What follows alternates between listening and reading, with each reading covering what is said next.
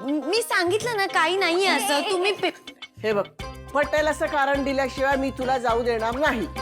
हा, पण आता तुम्हाला पटेल असं काय सांगायचंय मी वेगळं? मी म्हणाले ना, तो लग्नाआधी खूप वेगळा वागत होता आणि आता तो खूप वेगळा वागतोय, बाकी काही नाहीये. म्हणजे नक्की काय केलंय त्यानं? म्हणजे म्हणजे तो तो ना लग्नाआधी माझ्यासाठी खूप गिफ्ट्स आणायचा, खूप सरप्राईज द्यायचा. आणि लग्न झाल्यापासून त्यांनी एकही गिफ्ट आणलेलं नाहीये मला. अगं देईल. पुढं. लग्नाआधी खूप गोड गोड बोलायचा, खूप छान वागायचा माझ्याशी. पण आता सकाळी उठल्यापासून फक्त चहा दे, पाणी दे, हे कर ते कर एवढंच बोलत असतो. 2 शब्द धड बोलता येत नाहीत त्याला माझ्याशी. आता थकून जात असेल. बरोबर आहे, कदाचित थकूनही जात असेल. पण पूर्वी ना तासन तास गप्पा मारायचा माझ्याशी, खूप छान वागायचा, मनातलं सगळं मला सांगायचा.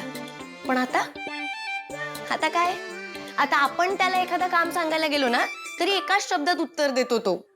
पुरुष वागतात असं कधी कधी. अच्छा, तासन तास त्याचं लक्ष त्याच्या फोनमध्येच असतं.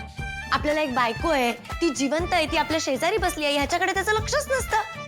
अगं आवाज दिला ना तर साधा हो पण म्हणत नाही तो. हा सगळा पूर्ण तुमच्या पिढीचा प्रॉब्लेम आहे. अच्छा, बर, ठीक आहे. बरं, तुम्हाला आठवतं इथे असताना ना तो खास माझ्यासाठी वेगवेगळे पदार्थ बनवायचा, नवीन नवीन रेसिपी शिकायचा आणि मग मला ते खायला द्यायचा.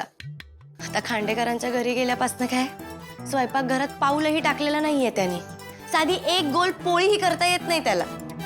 अच्छा, हा प्रॉब्लेम आहे तर.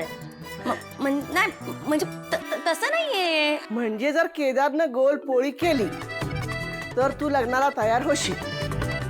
अगं नाही, असं काही नाहीये. पण बिन काही नाही.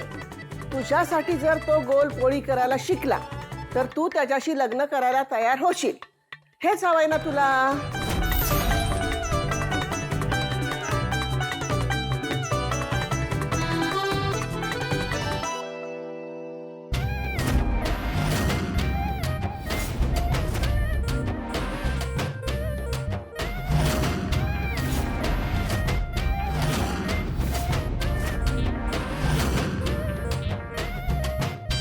अगं काय विचारते मी? होशील ना तयार?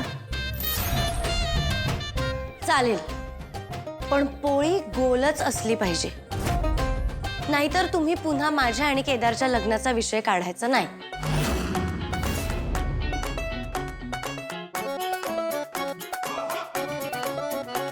ऐ!